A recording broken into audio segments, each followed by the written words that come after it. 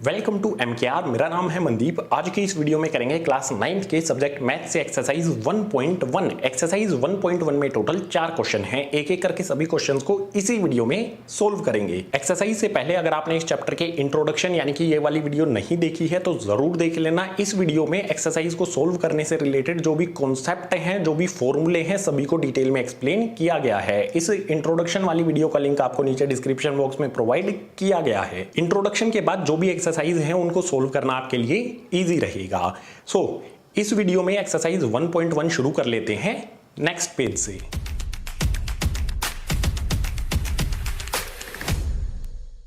Exercise 1.1 के सबसे पहले क्वेश्चन में दिया है, is zero a rational number, can you write it in the form of p by q where p and q are integers and q not equals to zero. Question में हमसे पूछा है कि क्या जीरो एक रैशनल नंबर है, क्या इसको p बाई क्यू की फॉर्म में लिखा जा सकता है जहां पर p और q हमारे इंटीजर्स हैं और q जीरो के इक्वल नहीं है। जो भी डिनोमिनेटर वाली वैल्यू है वो जीरो नहीं होनी चाहिए। सॉल्यूशन में सबसे पहले इस वाले पार्ट को आंसर करेंगे। जीरो एक रैशनल नंबर होता है। सॉल्यूशन में लिखेंगे yes zero is a rational number. इसके बाद पूछा है क्या जीरो को p बाई क्यू की फॉर्म में लिखा जा सकता है, तो बिल्कुल लिखा जा सकता है। उसके लिए लिख देंगे we can write zero in the form of p by Q. अब आप कहोगे जीरो रैशनल नंबर किस तरह से होगा और इसकी p बाई क्यू की फॉर्म कैसे होगी, तो यहां पर आपके लिए मैं एक्सप्लेन कर देता हूं। सपोज कीजिए हमारे पास जीरो है, इसके डिनोमिनेटर में अपनी तरफ से 1 रख लो। ये p बाई क्यू की फॉर्म में है। अगर इसको हम सोल्व करेंगे तो हमें आंसर में 0 मिलेगा। बिल्कुल इसी तरह से यहां पर 0 लिखो, इसके डिनोमिनेटर में 2 रख दो। इसको भी जब सोल्व करेंगे तो ये 0 के इक्वल ही होगा। इसी तरह से 0 अपॉन में कोई भी वैल्यू हमारी रखेंगे, सपोज कीजिए 7 रखते हैं, इसके इक्वल में भी 0 आ जाएगा इसको सोल्व करने पर। इसी तरह से 0 के डिनोमिनेटर में अगर -5 रख लेते हैं तो ये भी 0 के ही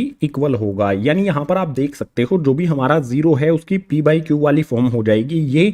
इसी तरह से यहां पर भी 0 की p बाई क्यू वाली फॉर्म है, यहां पर भी 0 की p बाई क्यू वाली फॉर्म है और यहां पर भी 0 की p बाई क्यू वाली फॉर्म आपको दिखाई दे रही है। 0 को p बाई क्यू की फॉर्म में लिखा जा सकता है, इसीलिए ये हमारा एक रैशनल नंबर है। और इन सभी कंडीशन में देख सकते हो जो भी हमारा q है वो 0 के इक्वल नहीं है। यहाँ पर 1 है, 2 है, 7 है, -5 है, ये 0 नहीं है। सिंपल वर्ड्स में 0 हमारा एक रैशनल नंबर है जिसको p बाई क्यू की फॉर्म में लिख सकते हैं। इसके एग्जाम्पल्स भी यहाँ पर मैंने आपको दे दिए हैं। तो इसी के साथ क्वेश्चन नंबर 1 हो जाता है कंप्लीट। क्वेश्चन नंबर 2 के लिए मूव करते हैं नेक्स्ट पेज पर। एक्सरसाइज 1.1 से क्वेश्चन नंबर 2, इसमें है find 6 rational numbers between 3 and 4। Question number 2 में हमें 2 नंबर्स दिए गए हैं, इन दोनों नंबर्स के बीच में 6 रैशनल नंबर्स हमें पता लगाने हैं। अगर आपने इंट्रोडक्शन वाला पार्ट देखा होगा तो इस क्वेश्चन को अब तक सोल्व भी कर लिया होगा। चलो सॉल्यूशन पर आते हैं। सबसे पहले जो भी हमारे नंबर्स हैं इनको यहाँ पर लिखा जाएगा सॉल्यूशन में। सबसे पहले यहाँ पर 3 लिख लेते हैं और कुछ दूरी पर 4 लिख लेते हैं। इन दोनों के बीच में हमें 6 रैशनल नंबर्स पता लगाने हैं। सो 6 से कोई भी बड़ा नंबर ले लो। 6 से बड़ा होता है 7। 7 को इन दोनों वैल्यूज में ऊपर और नीचे मल्टीप्लाई कर देंगे। सबसे पहले 3 में करेंगे ऊपर 7 से और नीचे भी 7 से। इसके बाद 4 में भी ऊपर 7 से और नीचे भी 7 से। जो भी हमारी कैलकुलेशन है यहां पर कर लेते हैं। 3 को 7 से मल्टीप्लाई करेंगे तो ये हो जाएगा यहां पर 21। नीचे हमारी वैल्यू मल्टीप्लाई करने के लिए नहीं है तो 7 यहां पर एज इट इज आ जाएगा 21 के डिनोमिनेटर में। इसके बाद 4 को 7 से मल्टीप्लाई करेंगे तो ये हो जाएगा हमारा 28 और डिनोमिनेटर में 7 एज इट इज आ जाएगा। अब जो भी हमारा 21/7 और 28/7 है, इसके बीच वाली जो भी वैल्यूज हैं उनको लिख देंगे, वही हमारा आंसर हो जाएगा। 21/7 के बाद आता है गाइज 22/7। इसी तरह से इसका नेक्स्ट हो जाएगा 23/7। इससे नेक्स्ट हो जाएगा हमारा 24/7। इससे नेक्स्ट हो जाएगा हमारा 25/7। इससे नेक्स्ट हो जाएगा हमारा 26/7। इससे नेक्स्ट हो जाएगा हमारा 27/7। 3 और 4 के बीच में टोटल 6 रैशनल नंबर्स हमें फाइंड करने थे, यहां पर हमने फाइंड कर लिए हैं। तो ये हो जाएगा क्वेश्चन नंबर 2 के लिए हमारा आंसर। लेकिन अगर आपने यहां पर 7 की बजाय अगर किसी और वैल्यू से ऊपर और नीचे मल्टीप्लाई किया है तो जो भी आपका आंसर है वो डिफरेंट हो सकता है। इस तरह के जो भी क्वेश्चंस हैं उनके लिए आंसर अलग अलग हो सकते हैं। आपको सिंपली स्टेप्स फॉलो करने हैं, जो भी बीच के वैल्यूज हैं इनके वो लिख देनी है, वही आंसर हो जाएगा। क्वेश्चन नंबर 2 के लिए ये हमने आंसर फाइंड कर लिया है। इसी आंसर के साथ क्वेश्चन नंबर 2 हो जाता है कंप्लीट। क्वेश्चन नंबर 3 के लिए मूव करते हैं नेक्स्ट पेज पर।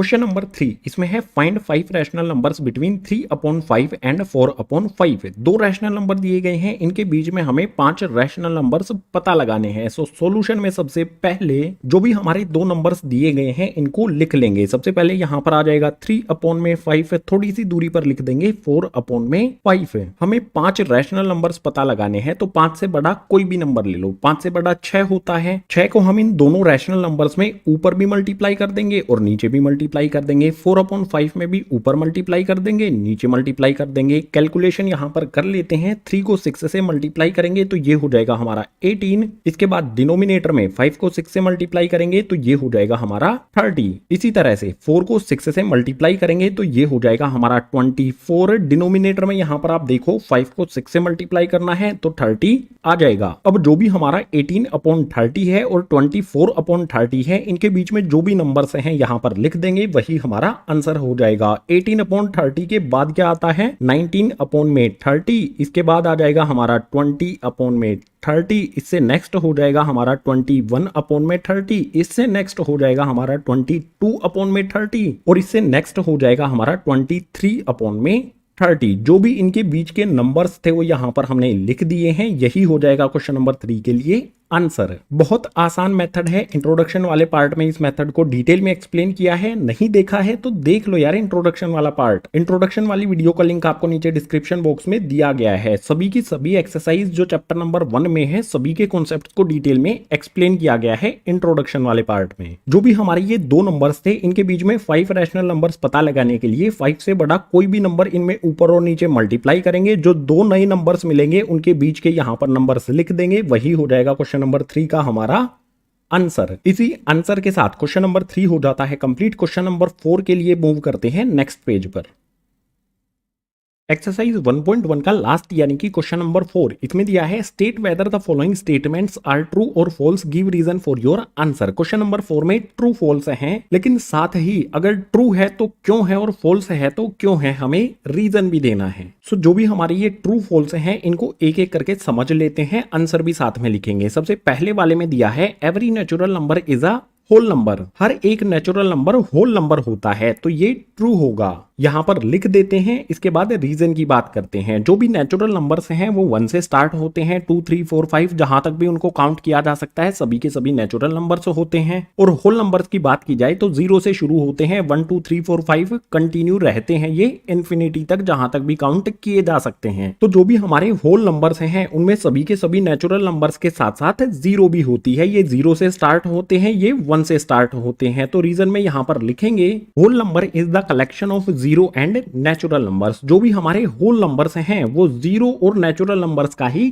कलेक्शन होता है, इसीलिए फर्स्ट वाला हमारा ट्रू होगा। जो भी नेचुरल नंबर्स हैं वो सभी के सभी होल नंबर्स होते हैं। इसके बाद सेकंड वाले पर मूव करते हैं। इसमें है every integer is a whole number. जो भी हमारे इंटीजर्स होते हैं सभी के सभी इंटीजर्स होल नंबर होते हैं, तो ये स्टेटमेंट हो जाएगी हमारे लिए फॉल्स। इसके रीजन की बात कर लेते हैं। इंटीजर्स हमारे पॉजिटिव होते हैं, 1 2 3 4 5 कंटिन्यू रहते हैं। इसके अलावा हमारे नेगेटिव इंटीजर्स भी होते हैं, -2 -3 -4 -5, ये कंटिन्यू रहते हैं इन्फिनिटी तक नेगेटिव साइड में। जो भी नेगेटिव इंटीजर्स हैं वो होल नंबर्स नहीं होते हैं, तो हर एक इंटीजर्स को होल नंबर नहीं कहा जा सकता है, इसीलिए ये वाली स्टेटमेंट हो जाएगी फॉल्स। और रीजन में लिखेंगे negative integers are not whole numbers. जो भी हमारे नेगेटिव इंटीजर्स हैं वो होल नंबर्स नहीं होंगे, इसीलिए हर एक इंटीजर होल नंबर नहीं होगा, इसीलिए ये हमारी स्टेटमेंट फॉल्स हो जाती है। रीजन यहां पर हमने लिख दिया है। इसके बाद क्वेश्चन नंबर 4 का लास्ट पार्ट, ये थर्ड पार्ट है हमारा। इसमें दिया है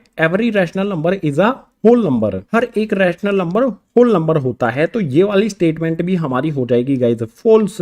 इसकी रीजन की बात करें तो जो भी हमारे होल नंबर्स हैं वो 0 से स्टार्ट होते हैं, 1 2 3 4 5 कंटिन्यू रहते हैं इन्फिनिटी तक। अगर रैशनल नंबर्स की बात की जाए, जैसे कि हमारा रैशनल नंबर 2/3 होगा, रैशनल नंबर्स p/q की फॉर्म में होते हैं इस तरह से। क्या इस नंबर को हम होल नंबर कह सकते हैं? बिल्कुल नहीं, इसीलिए ये स्टेटमेंट हो जाती है फॉल्स। और रीजन में लिखेंगे rational numbers like 2/3 4/5 11/2 are not whole numbers. जो भी हमारे इस तरह के रैशनल नंबर्स हैं वो होल नंबर्स नहीं होंगे, इसीलिए ये वाली स्टेटमेंट हमारी फॉल्स हो जाएगी। हर एक रैशनल नंबर हमारा होल नंबर नहीं होता है। रीजन भी यहां पर हमने लिख दिया है, तो क्वेश्चन नंबर 4 हो जाता है इसी के साथ कंप्लीट। इसी क्वेश्चन नंबर 4 के साथ एक्सरसाइज 1.1 हो जाती है कंप्लीट। उम्मीद करूंगा सभी क्वेश्चन आपको समझ आए होंगे। अगर आए हैं तो वीडियो को लाइक कर दो, अपने क्लासमेट्स के साथ शेयर कर दो और जितने भी नए स्टूडेंट्स हैं चैनल को सब्सक्राइब कर दो। क्लास 9 से रिलेटेड जो भी एजुकेशनल कंटेंट है इसी तरह से चैनल पर आता रहेगा। इसके अलावा क्लास 9 से रिलेटेड जो भी स्टडी मटेरियल है उसके लिंक्स आपको प्रोवाइड किए जाते हैं इस टेलीग्राम ग्रुप में। अगर आपने अभी तक इस टेलीग्राम ग्रुप को ज्वाइन नहीं किया है तो कर लो, लिंक डिस्क्रिप्शन बॉक्स में प्रोवाइड किया गया है। इस वीडियो में इतना ही। एक्सरसाइज 1.1 हमने कंप्लीट कर ली है, सभी क्वेश्चंस को डिटेल में समझ लिया है। तो मिलता हूं आपसे इसी तरह की नेक्स्ट एजुकेशनल वीडियो में।